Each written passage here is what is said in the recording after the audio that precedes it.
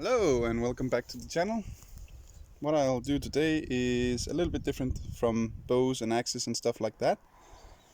I will try to pick this as a Ruco 2 padlock, and I probably have to do it upside down. I hope you can see what I do, more or less. Okay, let's try. I will use a set bar and a shot hook to try and open this. I also have a Locksport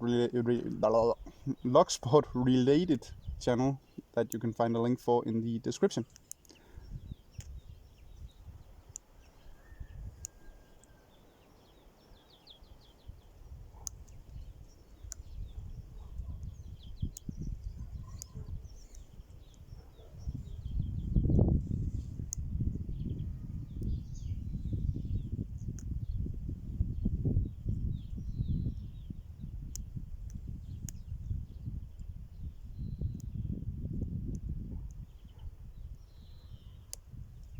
There we go.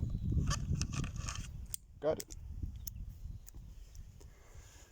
So that was a bit of picking. I thought I would do some of that on this channel as well. Thanks for watching.